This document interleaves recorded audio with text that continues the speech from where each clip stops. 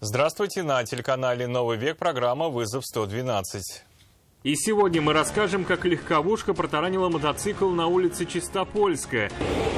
Я пропускал автомобиль на кольце, он въехал у меня в зад. И как это связано с перекрытием движения. Давай. Покажем, как мужчина, заскочивший в автобус на остановке 1 мая, через несколько секунд вывел общественный транспорт с линии. Не трезвый был? Не знаю, я не нюхала. А также неизвестные ночью так сильно хотели попасть в магазин, что пытались открыть двери металлической урной. Я знаю то, что на школе должна быть камера, и вон там вот камера есть. И почему на пустой ровной дороге водитель «Лады» поехал прямо в припаркованный туристический автобус. Для меня это не было неожиданностью, то, что автобус здесь стоит. Все это прямо сейчас.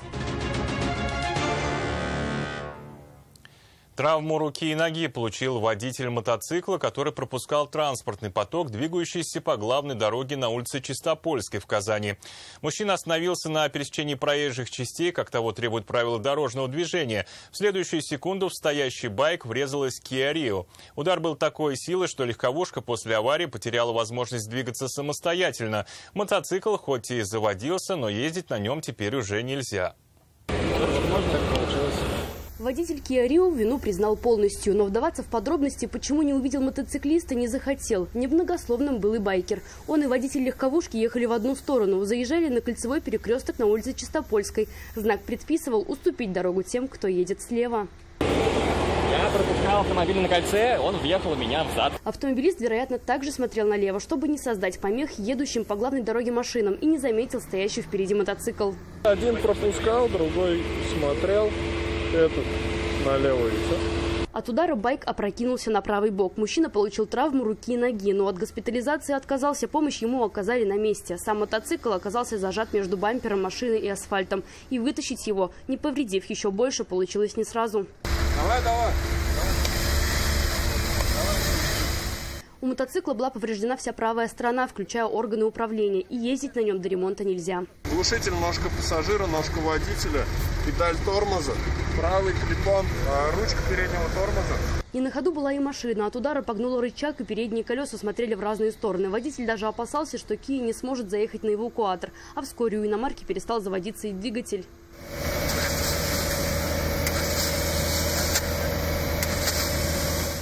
После оформления всех документов водители остались дожидаться эвакуаторов. Сильный затор на улице Чистопольской, возникший вскоре после столкновения, с этой аварией никак не связан. Дорогу в обе стороны перекрыли рабочие для ремонта дорожного покрытия. Лиана Бахтиева, Анвар Шарифуллин, вызов 112.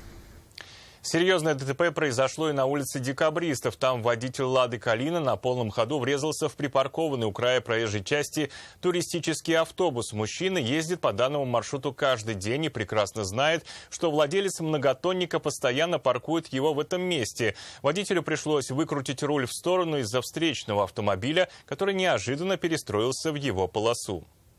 Скорость не сильно большая была, сам не пострадал. Друзья водителя «Лады» приехали на место сразу же, как только молодой человек сообщил им об аварии. Товарищу нужна была моральная поддержка. На прямой, ровной и пустой дороге он на полной скорости врезался в припаркованный у проезжей части автобус.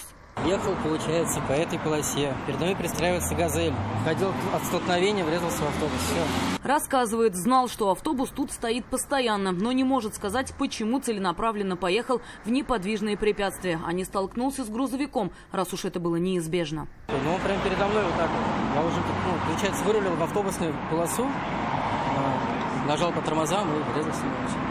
Я знаю, то, что он здесь стоит все время, потому что я живу здесь недалеко, я поворачиваю сюда и во дворы. То есть для меня это не было неожиданностью, то, что автобус здесь стоит. «Газель», не останавливаясь, уехала с места аварии. С грузовиком столкновения не было. И водитель легковушки понимает, что всю ответственность за ДТП придется нести ему. Компенсацию за разбитый автомобиль ему никто не выплатит. Поэтому и решил попрощаться со своей «Ладой». Я пока что думаю, может, скорее всего, склоняюсь к варианту ее продавать. А может, у меня и так до этого машина требовала вложений косметических. Сейчас еще надо будет восстанавливать. Смысл в этом. Владелец автобуса рассказал, припарковался буквально несколько минут назад, как позвонили и сообщили об аварии. Сразу же вернулся обратно. Повреждения оценивает как существенные, но предположить, во что обойдется ремонт, не может сказать даже приблизительно. Но все же надеется, что страховых выплат хватит для восстановления и не придется доводить дело до суда. Рания Абдрахманова, Анвар Шарифуллин. Вызов 112. Всего лишь 20 метров проехал один из пассажиров автобуса номер 63, зашедший в салон транспортного средства на остановке 1 мая. В результате резкого торможения мужчина не удержался на ногах и упал. Случившееся считается дорожно-транспортным происшествием. Экипаж обязан вызвать автоинспекторов и оформить падение человека по всем правилам. Остальным пассажирам пришлось пересаживаться на другой транспорт. Свои мысли пострадавший высказывал не всегда печатными выражениями. Просто ругался матом. Это все, что запомнили кондуктор с водителем об этом мужчине. Говорят, на вид ему лет 50. В автобусе находился всего несколько секунд. Даже не успели понять, в каком он был состоянии. Не трезвый был? Я не знаю, я не нюхала. Водитель рассказывает, этот мужчина забежал в салон в самый последний момент. Он уже тронулся от остановки, как увидел бегущего к автобусу человека. Остановился, открыл двери. Когда снова тронулся, его подрезала легковушка. Отъехал я от остановки, машина подрезает прямо здесь. Я торможу, естественно. 20 метров буквально проехали. 15, если с головы считать, да, может, 20 метров. В этот момент пассажир, только что забежавший в салон, не удержался на ногах и упал. Продолжать движение водитель не имел права. Падение пассажира в автобусе считается дорожно-транспортным происшествием. И покидать место происшествия до оформления аварии нельзя. За это можно лишиться водительских прав. Почему он упал, водителю остается только догадываться. Пассажиров было немного, скорость набрать еще не успел, тормозил не так уж и резко.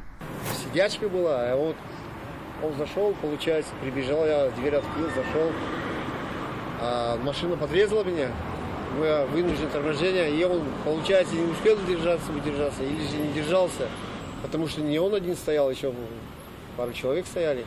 Никто не упал, а он упал. Мужчина, как только понял, что автобус дальше никуда не поедет, высказал все, что думал, а думал он, судя по всему, непечатными выражениями. Травм, видимо, никаких не получил. На скорую не вызывали, ни на что не жаловался? Я предлагала, он ушел. Дожидаться автоинспекторов пассажир не стал. Он ушел так же быстро, как и забежал в салон. Остальным пассажирам также пришлось пересаживаться на другой транспорт. Продолжить свой рейс экипаж этого автобуса смог только после оформления ДТП. Вероника Гайнудинова, Анвар Шарифуллин. Вызов 112. С невыпущенными шасси сел самолет в Нижнекамском аэропорту Бегишево. Воздушное судно принадлежит Санкт-Петербургскому государственному университету гражданской авиации. На борту были 2 человека, инструктор и курсант, они не пострадали. Жесткая посадка квалифицирована как серьезный авиационный инцидент. Сейчас комиссия Росавиации занимается расследованием из-за ЧП. Аэропорт на 1,5 часа был закрыт для приема и отправки воздушных судов.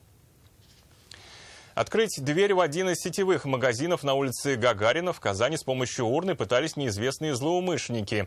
Через 3 часа после закрытия заведения сотрудницу, которая находилась в помещении, разбудил экипаж группы быстрого реагирования ЧОП. Мужчины приехали из-за сработавшей сигнализации и увидели, что стеклянная дверь в магазин была разбита. Охранники предположили, что открыть ее пытались, но не смогли или не успели. В качестве универсального ключа кто-то использовал урну, стоящую недалеко от входа. Стекло хоть и разбилось, но все же оставалось на месте, а вот металлическое ведро серьезно пострадало. Теперь в случившемся будут разбираться полицейские. Видеокамер, способных помочь установить злоумышленников, у магазина на входе нет. Ну, у нас именно в магазине, да, нету. Ну, просто я знаю то, что на школе должна быть камера, и вон там вот камера есть. Конкурс детских рисунков в преддверии Международного дня борьбы с наркоманией провели полицейские Казани в детском лагере имени Юрия Гагарина.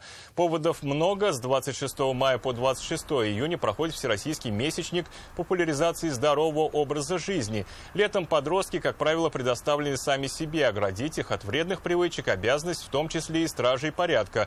Полицейские знают множество примеров, когда, попробовав запрещенные вещества всего лишь раз, люди не находили в себе силы, желания бросить и угасали на глазах. Другая сторона медали – длительный срок заключения. За что были задержаны и при каких обстоятельствах? Забирала заклад. А где забирали? У подъезда, дома или... Нет. Ну, типа, где же допустим. ДЖД-пути. А сами забирали в связи с тем, чтобы употреблять или распространять? Да. От наркозависимости сами лично хотите избавиться? Не знаю. Все это они пытались донести до подрастающего поколения. Увидев реакцию ребят, поняли, что урок подростки усвоили на отлично.